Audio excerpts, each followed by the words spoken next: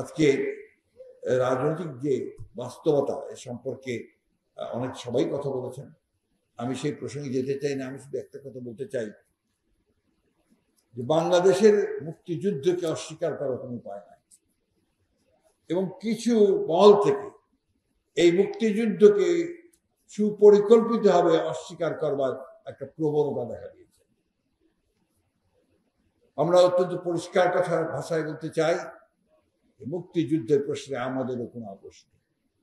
আমরা বাংলাদেশের স্বাধীনতার সার্বভৌমত্ব এবং ৭১-এর মুক্তিযুদ্ধ, এটাকে আমরা অত্যন্ত শক্তভাবে আমরা বিশ্বাস করি, তার জন্য যে কোনো ত্যাগ স্বীকার করতে আমরা প্রস্তুত আছি।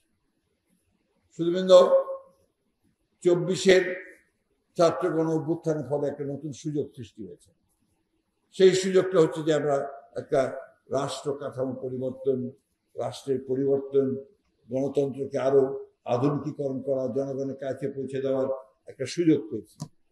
এবং সেই সুযোগকে কাজে লাগানোর জন্য এই সরকার যেভাবে সংস্কার কমিশন গঠন করেছেন, আমরা তাকে সমর্থন দিয়েছি। প্রফেসর ইউনূস যেভাবে কথা বলেছেন, আমরা সমর্থন দিয়েছি। এবং যতগুলো কমিশন হচ্ছে, প্রত্যেকটা কমিশনে আমরা কিন্তু আমাদের প্রতিনিধি পাঠাচ্ছি, কমিটি পাঠাচ্ছি প্রতিনিয়ত। আমরা এটার উপরে অনেক কাজ করেছি। দুর্ভাগ্যক্রমে আজকে একটা মহল বলার চেষ্টা করছে যে বিএনপি নাকি সংস্কার আটকে দিচ্ছে। এটা সঠিক নয়, কারণ বিএনপি প্রথম সংস্কারের বিষয়টা উপলব্ধি করে, রাষ্ট্র কাঠামোর যে পরিবর্তন দরকার সেটা উপলব্ধি করে। ২০১৬ সালে দেশনেত্রী বেগম খালেদা জিয়া ভিশন 2030 দেন, যেটার মধ্যে আজকের সংস্কারের যে ইস্যুগুলো এসছে প্রায় প্রত্যেকটি তার মধ্যে আছে। ২০০৭ সালে আমাদের নেতা যেমন তারেক রহমানের নেতৃত্বে আমরা প্রথমে ২৭ দফা, তারপর আমাদের যুগপৎ আন্দোলনের সঙ্গে যারা শরিক আছেন, এখানে অনেকেই আছেন, আমরা সবাই মিলে ৩১ দফা আমরা সংস্কারের কর্মসূচি আমরা দিই। এতে অনেক সংগ্রাম হয়েছে, অনেকে গ্রেফতার হয়েছেন, অনেকে আহত হয়েছেন, অনেকে নিহত হয়েছেন। এই কথাগুলো ভুলে গেলে চলবে না। আমাদের ১৫টা বছর আমরা কিন্তু এই গণতন্ত্রের জন্য সংগ্রাম করেছি, লড়াই করেছি। এটা একটা বাস্তবতা। ২৪-এর যে ছাত্র গণ অভ্যুত্থান, সেটা নিঃসন্দেহে সেটাকে আমাদের সফল পরিণতির দিকে নিয়ে যাবে। তার অর্থ এই নয় যে ১৫ বছরটা একেবারেই বাদ দিয়ে নিতে হবে।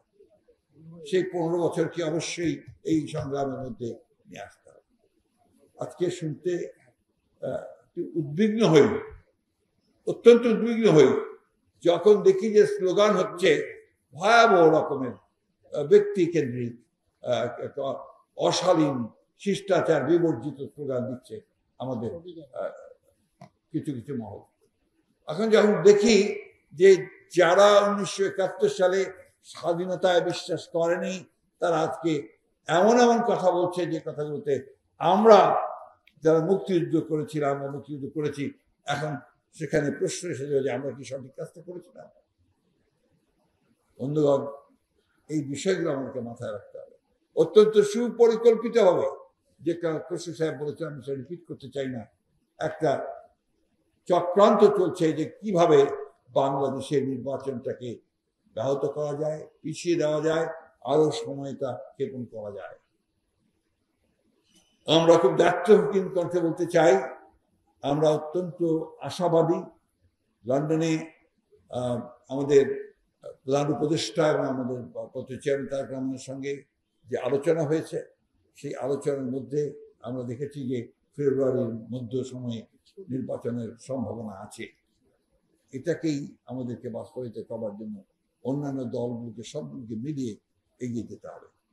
কারণ নির্বাচন ছাড়া একটা সত্যিকার অর্থে একটা জনপ্রতিনিধিত্ব আছে এমন একটা পার্লামেন্ট গঠন ছাড়া অন্য কোনোভাবেই আমরা এই বাংলাদেশের যে সমস্যাগুলো আছে সেই সমস্যাগুলোকে সমাধানের পথে এগিয়ে যেতে পারবো না। আজকে পৃথিবী বদলাচ্ছে প্রতি মুহূর্তে। এখন আপনার যে আমেরিকার প্রেসিডেন্ট ট্রাম্প যে ট্যারিফ দিয়েছেন, এতে করে বাংলাদেশের অর্থনৈতিক অবস্থা কি দাঁড়াবে, আমার মনে খসরু ভাই এটা ভালো করে বলতে পারতেন। এটা বললে ভালো হতো, সবাই একটু জানতে পারতো। আমরা কিন্তু খুব ওই জায়গাতে বেশ বিপদেই আছি। আমরা যেভাবে আমাদের অর্থনৈতিক অবস্থার পরিবর্তন করতে চাই, রাজনৈতিক অবস্থার পরিবর্তন করতে চাই, কাঠামোর পরিবর্তন করতে চাই, সেই জায়গায় আমাদের অবশ্যই ঐক্যের প্রয়োজন আছে। এবং সেই ঐক্যটা হবে, আমি মনে করি যে আমাদের একটা সঠিক, সুন্দর, সকলের কাছে গ্রহণযোগ্য একটা নির্বাচনের মধ্য দিয়ে আমরা এগিয়ে যেতে পারব।